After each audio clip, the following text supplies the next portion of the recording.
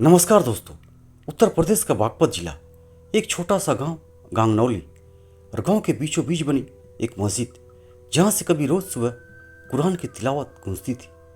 लेकिन अब इस जगह पर एक भयानक सन्नाटा पसरा हुआ है जो एक खौफनाक कहानी बयां कर रहा है।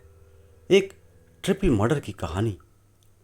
इस शांति और इबादत की जगह पर एक ऐसा खूनी खेल खेला गया जिसने पूरे इलाके को दहला कर रख दिया। तारीख थी 11 अक्टूबर 2025। मस्जिद के मौलाना मुफ्ती इब्राहिम किसी काम से देवबंद गए थे। पीछे घर में थी उनकी पत्नी इसराना और दो मासूम बेटियां सोफिया और सुम्या। इब्राहिम का परिवार मस्जिद परिसर में ही बने घर के ऊपरी कमरे में रहता था। जब मुफ्ती इब्राहिम वापस लौटे तो उन्हें लगा कि उनकी दुनिया उजड़ गई है। घर का दरवाज़ा खुला था और ऊपरी कमरे में फर्श पर खून ही खून बिखरा था। उनकी पत्नी इसराना और उनकी दोनों नन्ही बेटियों के शव लहूलुहान पड़े थे। तीनों को बेरहमी से हत्या कर दी गई थी। मौलाना की पत्नी इसराना और उनकी दो मासूम बेटियां सोफिया और सुमैया, तीनों को बेरहमी से मारा गया था। कमरे में फैला खून चीख चीख कर किसी भयानक बदले की कहानी सुना रहा था। पुलिस के लिए यह एक चुनौती थी।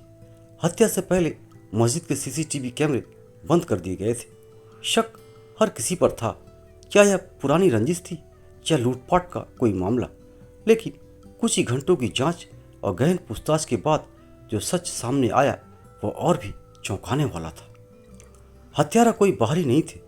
वे मुफ्ती इब्राहिम के अपने छात्र थे, दो नाबालिग किशोर। खुलासा हुआ कि मौलाना इब्राहिम और उनकी पत्नी इन छात्रों को कुरान न पढ़ने या पढ़ाई में लापरवाही करने पर अक्सर डांटते और पीटते थे। पुलिस के मुताबिक मौलाना इब्राहिम अपने शिष्य रिहान को कुरान की तालीम न पढ़ने और पढ़ाई से भटकने के कारण अक्सर डांटते और पिटाई करते थे। मौलाना की पत्नी इसराना भी उसे डांटती थी। यही डांट और अपमान धीरे धीरे रिहान के दिल में बदले का जहर भरता गया और बदले की आग में उन्होंने 3 जिंदगियों को पल भर में खत्म कर दिया, एक माँ और उसकी 2 नन्ही बेटियों को। इस घटना ने समाज को सोचने पर मजबूर कर दिया कि आखिर पढ़ाई में सख्ती की क्या कीमत हो सकती है।